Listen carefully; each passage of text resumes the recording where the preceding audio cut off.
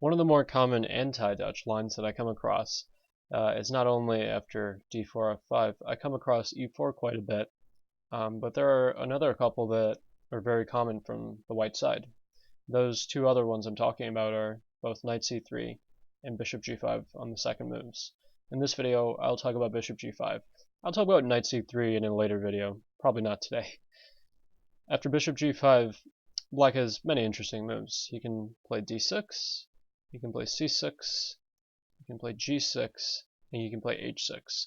h6 is an interesting line to say the least. I think this is a very sharp option. However, in this video, I'll talk about g6. And after g6, it's kind of interesting, but black's idea is simply just to develop like a normal Leningrad Dutch position, and that's the idea behind the setup for black. He wants to play a normal Leningrad position. So what white's objective is to do is not to do that, and what white's trying to do often is play a quick e4 and open up the center to white's advantage. So there are a couple moves that white can try here. The first is just e4, and the other is knight c3, but we can come back to that in just a second. After e4, white's idea is just that he wants to open up the center as fast as possible. Notice that bishop g7 is met by e takes f5. Very, very advantageous for white to open up the center like that, I would say. That's a very, very bad pawn structure, I would say. Let's not do that though for black. Let's instead just take the pawn and try to maintain it. Is a good option, I would say. And after this, I think what white should do, at least, is play knight c3, attack this pawn, and from here we have a few interesting options, to say the least. After this, I would say that you should play bishop g7. d5 is certainly another option. By all means, you can definitely play d5, but I would say that what we can play is knight f6.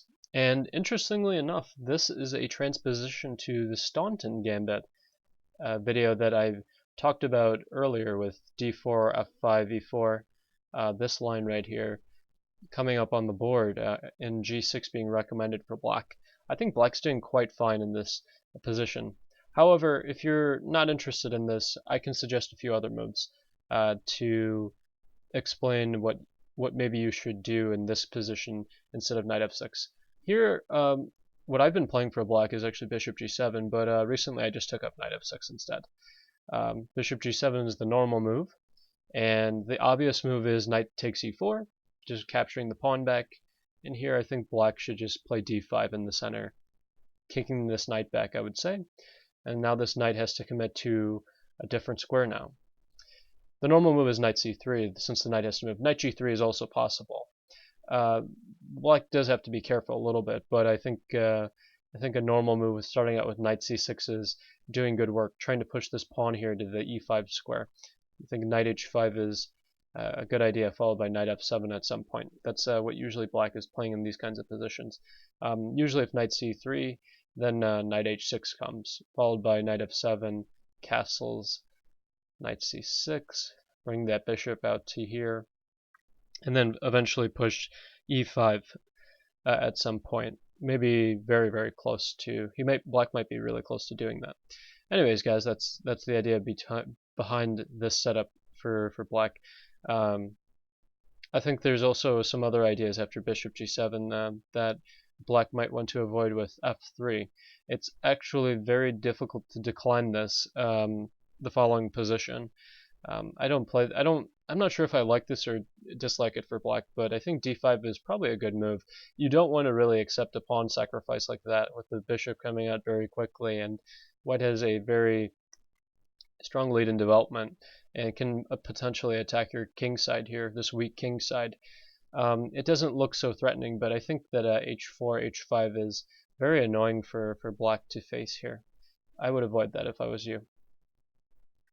So I think d5 is a fine move to avoid this. But the thing is, this basically just trades off a few pawns in the center, and the resulting position is, I think it's pretty advantageous for white. Maybe after castles is the normal move. I think this is a very I don't want to say advantageous, I take that back. I think it's uncomfortable for black to play, even though he's up a pawn. Sure, he can develop, by all means, with bishop f5, and probably the knight has to go back here, and I don't know, this bishop has to go back or something.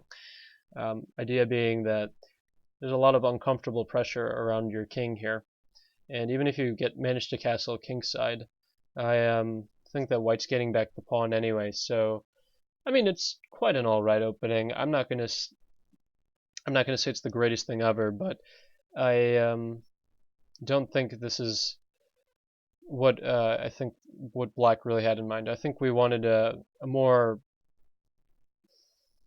not such a balanced position, let's say, a more unbalanced play is what we're looking for. This is by all means fine and equal for black. I just wanted it to be a little bit less symmetrical in its nature. This pawn is probably going to be lost at some point. That's what I'm getting at. But okay, black's fine. But overall, I mean, I think this is quite a fine line. There's also some very sharp stuff with after knight takes e4 with queen d5. I've looked at this a little bit, but however, it's getting very, very complicated very fast with queen f3. Very, very sharp stuff can happen here. It might be worth looking at if you're a theory junkie in this kind of position to look at this kind of stuff. I think that queen takes d4 is possible, actually. Very sharp stuff. So I wouldn't personally. I'll be happy playing knight f6 every time, and I'll just be happy to play in the center. If you've seen my other video, I think we can agree that this is an okay position for black. So that's knight c3 with knight f6. Instead of e4, like we said earlier, maybe I think white should do is start out with knight c3 immediately on the third move instead of e4. And here, I think what black should just do is bishop g7. Notice that if white plays e4 again and takes and tries to go for the same thing, it's not really working out. I think this kind of position, I mean, it really should be fun with the same lines happening. In fact, I think we should play this line that I'm not sure about actually. I think it's very fine though for black. The same structure is happening here. Actually, it's this transposition due to this structure. And knight takes e4 is of course the normal move, but f3 is possible as well. But okay, white doesn't necessarily have to play e4, and I think this is what I should highlight here. White can also play some other interesting moves in this specific position. And in this position, I've seen white try about a couple of moves that are very normal. One is just knight f3, and from here we're just going to develop normally with knight f6, d6. Probably e3 would happen here. And after d6, I think what white should do is play bishop c4 to prevent us from castling. This looks very, very logical to prevent us from getting to safety. However, here, I think that we should play e6, or even play h6 and kick this bishop first. Maybe h6. And of course, that this kind of structure is very fine for us. I like that actually for us. If I was for black, this is very fine for us. Also, you can consider pawn e6, followed by queen e7, h6, and think about developing your pieces this way as well. It's not a bad line, I think, at all for black. Maybe even knight c6 and try to push that e pawn to e5 at some point is very solid. I'm just giving you guys ideas. I think this is what black should do against that specific setup. However, I've seen much more of a challenging and aggressive option with h4. And here, I think what black should play is just h6. And after this, well, we can play white can play bishop f4, and well, I mean, black has a couple of options here with either knight f6 or d6. I would suggest knight f6 to prevent e4 really right away.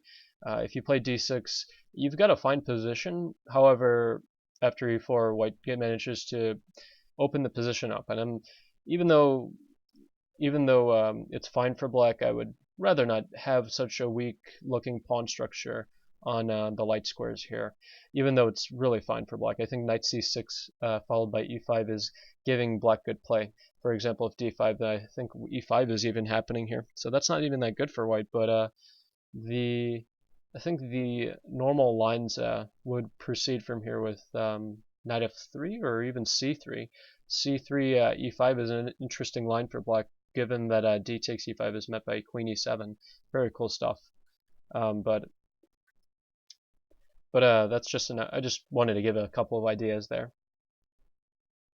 What I really do think that I would like is just preventing e4 in many of these positions when we don't necessarily have, when we don't have to allow it.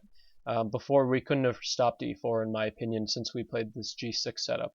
But now that we can stop it, I think we should play knight f6, and I think we're really fine in this position. I think what white would do is play e3, and from here we can just continue with our normal Leningrad setup with d6. Very fine move. And I think after knight f3, knight c6, we're ready to play e5 at some point for sure. Maybe castles followed by queen e8 is an idea. However, our normal ideas with e6, queen e7 is also not bad either. I think also another idea is that after d5 we can actually play e5 still. It's a very, very nice motif to keep in mind. This kind of pawn structure should be pretty good for black, I think. Although it is down a pawn, isn't it? Let's see. Well, we can start out with queen e7 perhaps, and go for a position like this. Bishop e2, I think we can take on f3. At the worst, this position is very nice for black. I think black's doing quite all right there. However, if we want to be a little bit more ambitious, I think what maybe white should do, and maybe after bishop e2, maybe we can start with knight f5 here. Given that g3 doesn't work at all because of bishop f3, and try to attack this pawn right here. Even though white's up a pawn, it's a very, very fragile center that white is dealing with here. Maybe after queen e7, queen e2. And again, we have this idea of bishop f3. However, I think we can take, really. Maybe castle. And play knight h5 to attack this pawn. I think one interesting line is after castles here, knight h5, g3. Very, very normal stuff. I think rook h e1 is giving very, very serious trouble for these couple of pieces. Just something to keep in mind if you're interested. You can double the pawns here on this side of the board as well. I think black is doing totally fine in this position. You have a multitude of pawn structures you can opt for if you would like a normal position. But it's not bland by any chance. It's not boring in any way, I think. I think castling is also quite a fine move. You can try in this position going for normal development. However, it's arguably less forcing, I would say, because white actually manages to play the normal moves and not get doubled pawns or forced action so easily on the white pawn structure right over there. However, I'll leave that for you guys to investigate. And that's pretty much it from the black side, I would say. There's not really much else to investigate here. d5 is of course one move, but I mean, if white was to continue with bishop c4, I think personally I would play e6, queen e7 would be a fine continuation in my mind. If I'm playing this as black, and I think that sums it pretty much well. That black should be doing all right in this kind of position. One other note I want to mention here is if d5, by the way, maybe you shouldn't even capture. You should probably attack this bishop on c4 if you're wondering about what happens if white pushes the pawn. And here white really has to defend carefully. If he plays queen e2, well, taking on c4 followed by e5 is very good for black. So maybe white should just drop back the bishop. However, well, e5 is good. Although I worry about the trapped knight over here. You can probably take on d5 as well. That doesn't look half bad either. I wonder. Let's see. There. Something aggressive like knight e4 might be good to attack this knight. And I think the idea is that maybe he takes here. b2 is hanging. Maybe we can take the pawn relay. It's pretty interesting. Yeah, I think this is fine for black. I mean, this isn't the most testing line for black. So guys, anyways, that's just a little overview. I mean, if you guys are interested, I can definitely cover this h6 stuff. I have never really looked at it all too carefully, but I'd be interested in trying it to see the sharp positions that you can get out of it. It's very complicated from what I've seen. Kasparov has struggled against it when he was playing it back in the early 2000s as white. This variation with h6, bishop h4, g5, if I'm not mistaken, he played something like this with an very early setup with h4. Stuff like that. Very complicated stuff, I would say. So I'll cover that perhaps in another video, but not anytime soon. And maybe some other options as well. But anyways, guys, thanks for sticking with me. Hope you learned a little bit about the bishop g5 variation with this g6 idea. Just remember to develop your bishop, meet e4 with a timely development with either the knights coming in the center and d5 at some point. Very consistent with our other idea that we've mentioned here. Also keeping in mind that if let's see if white plays this early e4, you're going to be doing just fine. If this with d5 is good, and if he plays an even earlier e4, well, we can just capture and play knight f6 if you're interested in transposing back in the Staunton. And even bishop g7, d5 is very acceptable for black as well. So thanks for watching. Hope you learned something. See ya, guys.